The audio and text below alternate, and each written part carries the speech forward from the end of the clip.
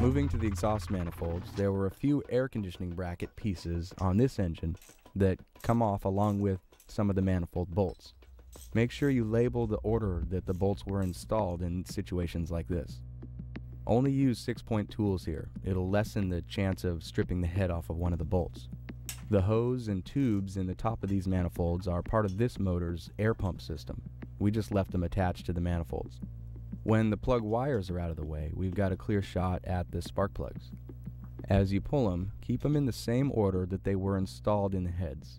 If you notice any super dirty or damaged plugs, you'll be able to trace them back to a particular cylinder or a set of valves as long as you keep them in the same order that they were in the motor.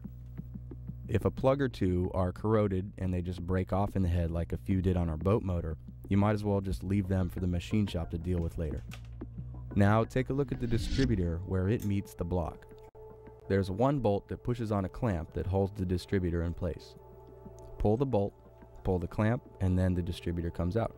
It's usually pretty easy, but of course on our marine engine there was so much internal corrosion that we had to use a pry bar to get that one to slide out.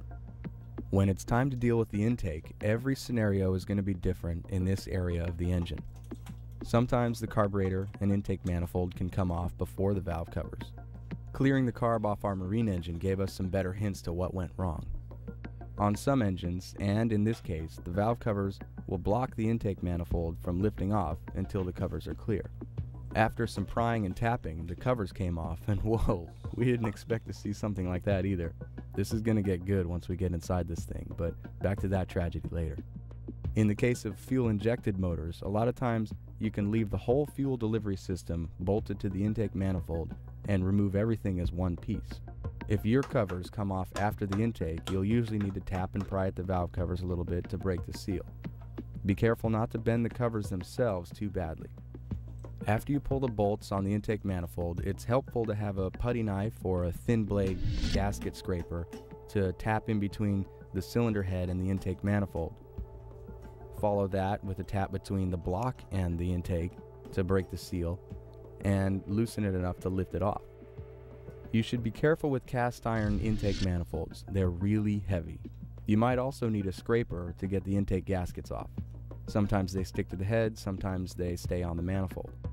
On the back rail of this block there was a little fitting for the oil pressure gauge that we pulled off. The marine engine had a fitting in the block. Just make sure to clear out any of these sending units or sensors and take notes if you need to. Oh yeah, what was under the intake of the boat motor, you might ask? Well, you might have guessed that one. Hopefully your situation doesn't look quite as bad as this, but